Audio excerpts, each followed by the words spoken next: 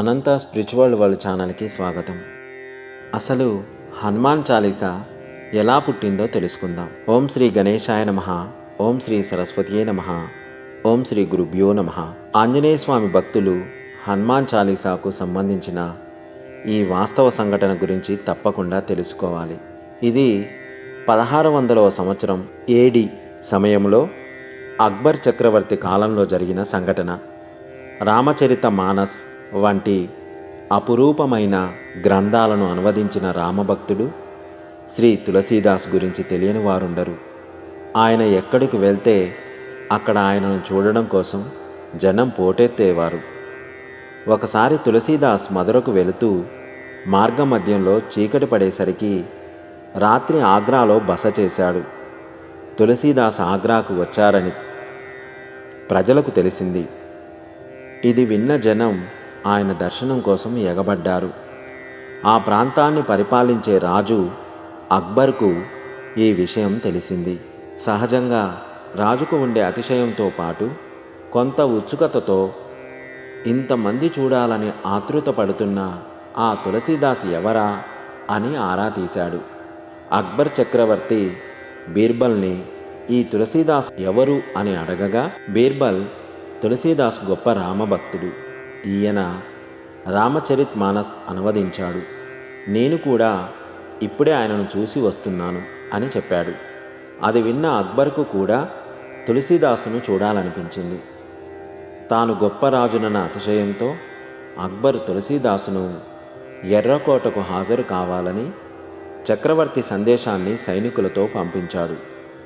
సైనికులతో అక్బర్ పంపిన సందేశాన్ని విన్న తులసీదాస్ తాను శ్రీరామ భక్తుడనని, ఎర్రకోటకు వెళ్ళి చక్రవర్తిని కలిసి తాను చేయవలసింది ఏమీ లేదని స్పష్టం చేస్తూ ఎర్రకోటకు వెళ్ళడానికి నిరాకరించాడు.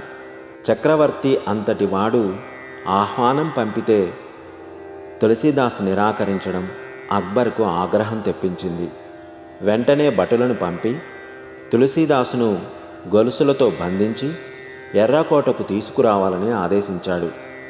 ఎర్రకోటకు బందీగా వచ్చిన తులసీదాస్ను చూసి అక్బర్, మీ దగ్గర ఏవో మహిమలు ఉన్నాయని విన్నాను, నాకు కూడా ఆ మహిమలను చూపించండి అనగా, అందుకు తులసీదాస్ తాను కేవలం శ్రీరామ భక్తుడిని మాత్రమేనని, మహిమలు చూపించగల మాంత్రికుడను కాదని అన్నారు.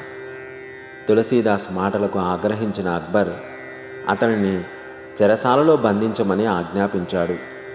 తులసీదాసును బంధించిన రెండవ రోజు లక్షలాది కోతులు ఏకకాలంలో ఆగ్రాలోని ఎర్రకోటపై దాడి చేసి మొత్తం కోటను నాశనం చేశాయి. ఎర్రకోటలో ప్రజలందరూ భయభ్రాంతులకు గురయ్యారు.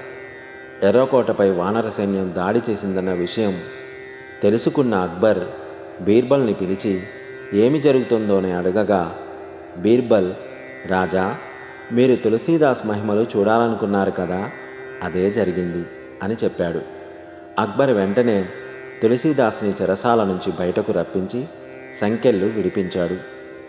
బందిఖానా నుంచి విముక్తుడైన తులసీదాస్ బీర్బల్తో మాట్లాడుతూ తాను ఏ నేరం చేయకుండానే చెరసాల పాలయ్యానని, చెరసాలలో ఉన్న సమయంలో తాను శ్రీరాముణ్ణి, హనుమంతుణ్ణి ప్రార్థిస్తుండగా అనుకోకుండానే నా చేతులు వాటంతట అవే ఏవో శ్లోకాలు రాసుకున్నాయని, ఇవన్నీ హనుమకు అంకితమని అన్నాడు. అలాగే తాను రాసిన 40 శ్లోకాలు తనను ఎలాగైతే కష్టం నుంచి బయటపడేశాయో, అలాగే ఎవరైనా ఆపదలు, కష్టాలు సంభవించినప్పుడు ఈ 40 శ్లోకాలు పారాయణ చేస్తే వారి బాధలు, కష్టాలు తీరిపోతాయని ఈ శ్లోక సంపుటికి హనుమాన్ చాలీసా అని పేరు పెట్టారు. తొందరపాటుతో, చక్రవర్తినన్న గర్వంతో తాను చేసిన పనికి అక్బర్ సిగ్గుపడి తులసీదాస్కు క్షమాపణలు చెప్పాడు. అంతేకాకుండా అతన్ని పూర్తి గౌరవం, రక్షణతో మధురకు పంపాడు. అందుకే హనుమాన్ చాలీసా పారాయణం చేసే ప్రతి ఒక్కరూ హనుమ అనుగ్రహంతో కష్టాల నుంచి బయటపడుతున్నారు. సర్వే జన సుఖినో భవంతు. జై శ్రీరామ్.